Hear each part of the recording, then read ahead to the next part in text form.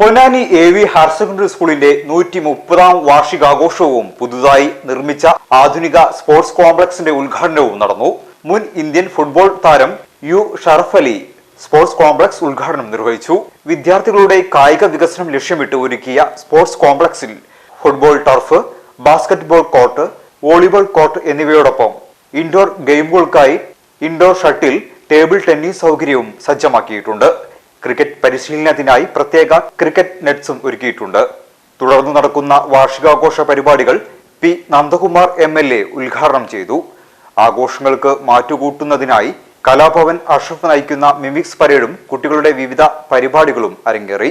Cricket nets ഉദ്ഘാടനം doctor Sony ജോർജും, volleyball court ഉദ്ഘാടനം CV നജീബും, ബാസ്കറ്റ്ബോൾ കോർട്ട് ഉദ്ഘാടനം PC ആന്റണിയും, ഷട്ടിൽ ബാഡ്മിന്റൺ കോർട്ട് ഉദ്ഘാടനം K ജയറാമും, ടേബിൾ ടെന്നീസ് ഉദ്ഘാടനം K കൃഷ്ണകുമാറും നിർവഹിച്ചു.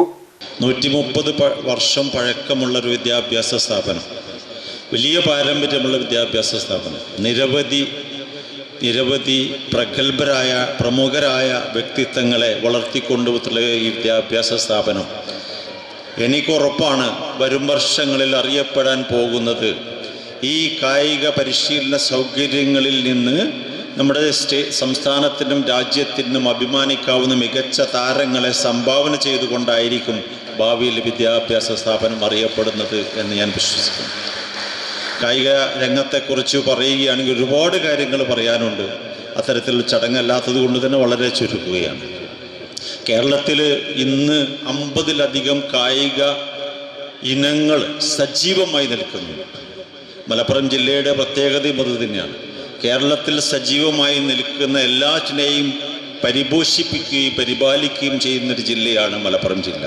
അതുകൊണ്ട് തന്നെ കായിക രംഗത്ത് ഇന്ന് മലപ്പുറം ജില്ല നമ്മുടെ സംസ്ഥാനത്തെ മറ്റു ജില്ലകളെ അപേക്ഷിച്ച് വലിയൊരു കുതിച്ചുചാട്ടത്തിന് നടത്തിക്കൊണ്ടിരിക്കുന്നു. പ്രത്യേകിച്ച് ഫുട്ബോളിലും വോളിബോളിലും ഒക്കെ